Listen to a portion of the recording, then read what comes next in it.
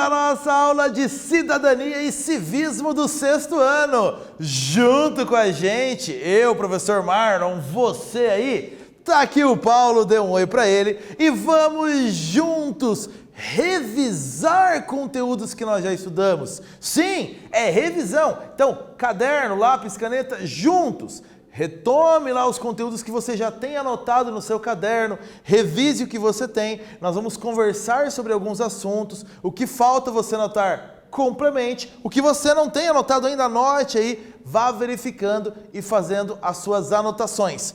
Combinado? Então, venha com a gente, porque hoje nós vamos revisar o que é um regimento escolar. Ainda, vamos retomar o entendimento sobre a importância da reflexão ética e reforçar a importância da oratória, dessa retórica, para o desenvolvimento da sua cidadania. Então, uma aula hoje de revisão de conteúdos que você já aprendeu. Hoje é uma nova chance de olharmos para esses conteúdos.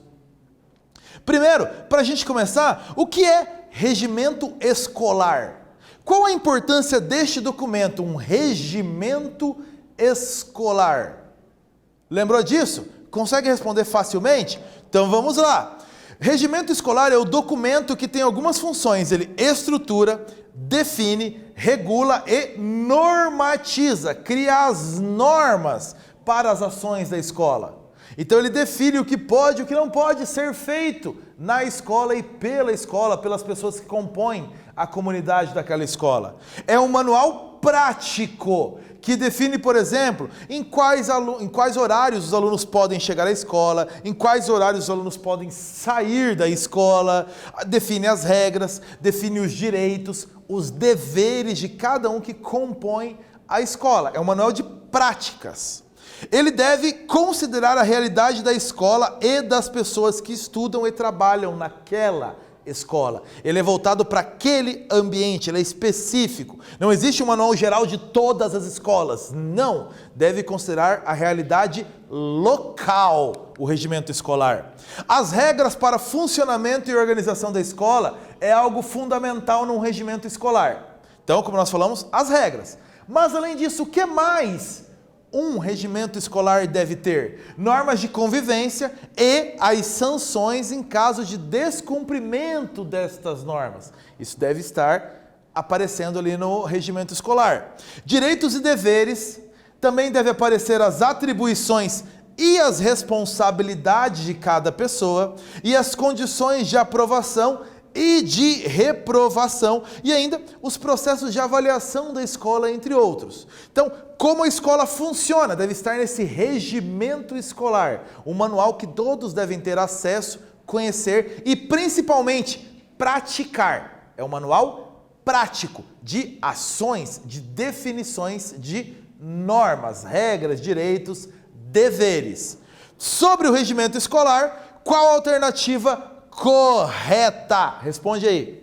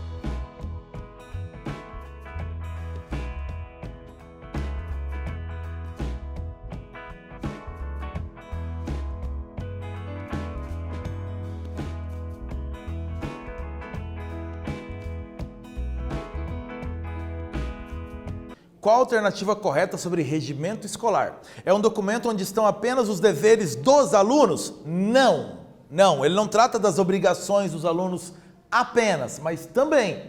Alternativa B, é para toda a comunidade escolar, com normas e regras para o funcionamento da escola. Toda a comunidade escolar. Portanto, não é a letra C, não é necessário na escola. Ele é muito necessário. São as práticas, a vivência da escola está determinada neste manual, no regimento escolar.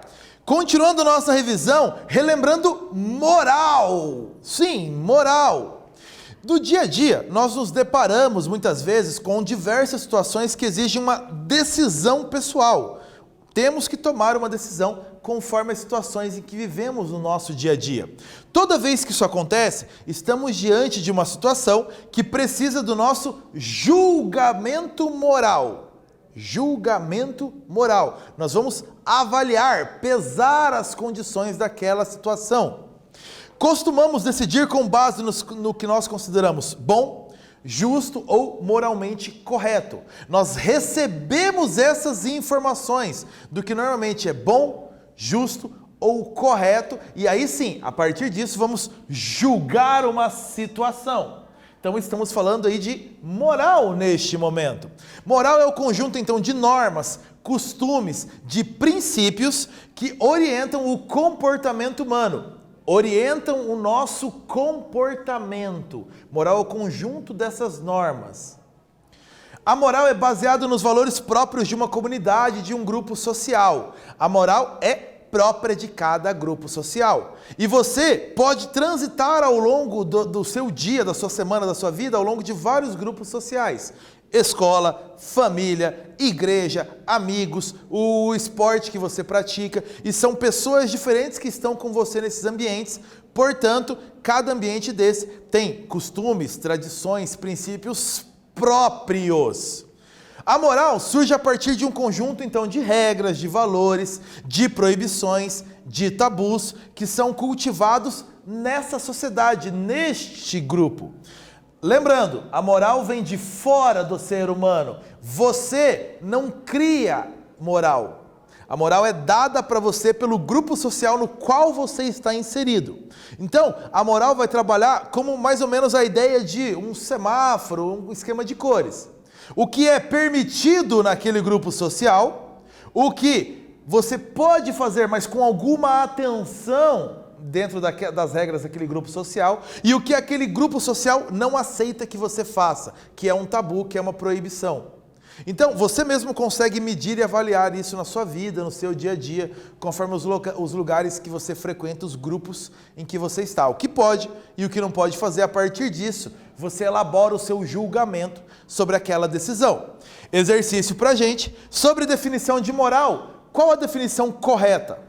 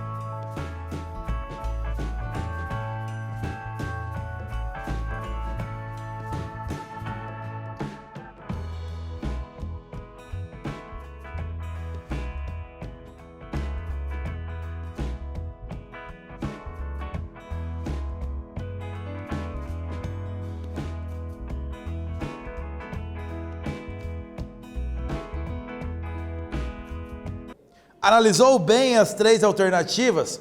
Qual a resposta correta sobre a definição de moral? Claro, moral é o conjunto de regras e costumes próprios de uma sociedade, de um grupo social, portanto, não é aplicável a todos os grupos sociais, nem no tempo, ao longo do tempo, nem em todos os lugares. Cuidado com isso.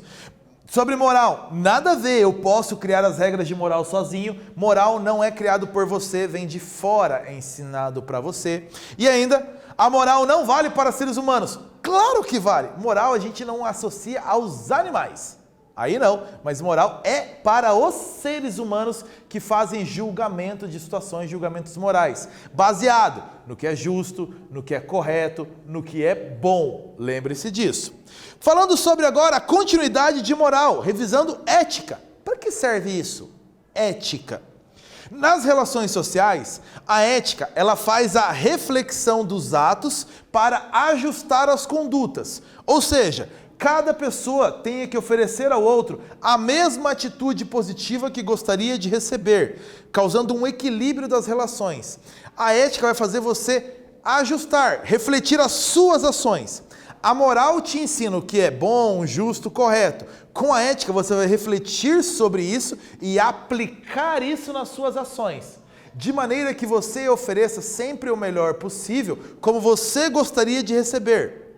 Ou seja, causar um equilíbrio nas relações. Relações equilibradas tornam sociedades mais justas. Portanto, praticar a ética nas nossas relações é fundamental. Cada pessoa, portanto, deve agir de maneira consciente para o bem da sociedade. Consciente, pensando, avaliando suas ações, pesando as suas ações com relação ao restante da sociedade. Essa união de todos, onde todos oferecem o melhor, torna uma sociedade mais equilibrada, mais justa, melhor de se conviver nela. E qual a importância de praticar ética? Além disso que já falamos, as boas escolhas, escolhas que são refletidas, escolhas que são analisadas, levam às relações boas, justas, equilibradas. De novo, boas escolhas, escolhas que são refletidas e analisadas, feitas com calma. O papel do pensamento ético é conservar e melhorar a ordem social. Então, ter atitudes éticas, pensamentos éticos, além de manter a ordem social, você ainda contribui para melhorar a sociedade em que você está inserido, protegendo essa sociedade contra a injustiça, contra o desrespeito, contra as más relações. Portanto, voltamos na ideia, oferecer o melhor da mesma maneira positiva que você gostaria de receber em matéria de atitudes. A ética funciona tipo como uma bússola, como eu coloquei o desenho. Ela funciona como uma bússola indicando o caminho para o bom andamento da sociedade, indicando o norte, a direção. Este é o caminho para a sociedade andar bem. Se eu me desviar deste caminho, eu sei que não agirei de boa maneira com a sociedade. Se eu seguir o caminho, eu vou manter uma sociedade mais justa, equilibrada. Cada indivíduo deve contribuir para melhorar a sociedade em que vive. Cada um, você, eu, o Paulo, todos nós devemos ter a nossa atitude boa, positiva com relação à sociedade. Seu papel também, não fuja deste papel. Ainda, nós podemos falar sobre a importância do respeito, que entra exatamente junto aí com praticar atitudes éticas. Cada ser humano é único, e assim você deve ser considerado. Ninguém é igual a você no mundo, e você não é igual a mais nenhuma outra pessoa. Devemos conviver com as diferenças. Se todas as pessoas são únicas, são diferentes, e devemos conviver com isso, porque devemos conviver em sociedade. Sejam diferenças de raça, religião, sexo, condição social, não importa. Devemos conviver com essas diferenças. Respeito, ele é importante porque respeito é base, início, estrutura inicial para começarmos qualquer relacionamento. Sem respeito, não existe confiança, não existe amor, não existe amizade. Respeito é o início disso tudo. A partir do respeito, nós vamos construir o restante das nossas relações sociais. Podem ser atitudes bem pensadas, refletidas, mas sem respeito elas não vão acontecer. Respeitar as escolhas do outro, sem julgamentos, sem preconceitos, é fundamental numa convivência. respeitar a decisão do outro. É a decisão dele, ele é uma pessoa diferente de você. Você poderia tomar uma atitude diferente naquele momento, mas devemos respeitar as diferenças entre as pessoas. Cada um é completamente diferente da outra pessoa. Tolerância tem relação também, junto aí com respeito, e tem relação com paciência. Tolerância e respeito são duas atitudes muito ligadas a atitudes éticas, atitudes que ajudam a melhorar a sociedade. Paciência, suportar dificuldades, admitir diferenças. Isso é tolerância, tolerar. Todos temos qualidades, todos temos defeitos. O que nós devemos procurar ter como ação é procurar ver as qualidades dos outros e não apenas os defeitos do outro. Assim vamos praticar atitudes de tolerância. Isso não significa que devemos tolerar todas as situações. Não é isso. Não é tolerar e ignorar tudo o que está acontecendo. Algo que não colabora para o bem da sociedade deve ser condenado. Você deve tomar uma atitude. Se algo está saindo de fora daquela bússola que nós falamos, deve ser combatida essa atitude. A tolerância é luta pela paz, pela boa convivência entre todos. Depois disso tudo, observe essa imagem e o comportamento dos jovens nessa imagem. A imagem mostra uma cena de convivência com harmonia ou uma cena de desrespeito? E por que você pensa assim?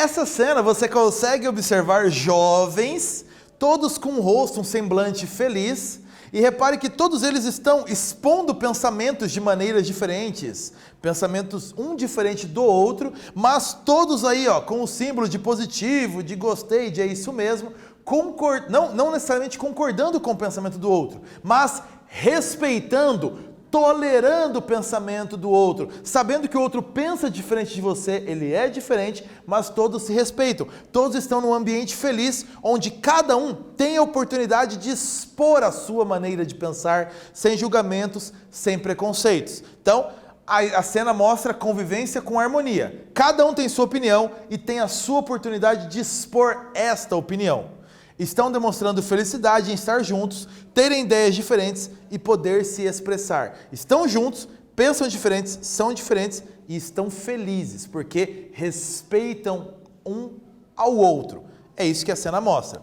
Ainda, vamos revisar um pouco de oratória. Oratória é a arte de falar bem em público, saber expressar o que você está pensando em público. É o conjunto das regras que auxiliam na arte de bem falar. Oratória. É fundamental para expor nossas ideias. Oratória é fundamental para convencer pessoas sobre algo. É fundamental para mostrar pontos de vista. Ou seja, exatamente para você conseguir se manifestar numa sociedade. A oratória serve a 4 objetivos principais. Vamos a eles. Instigar a imaginação.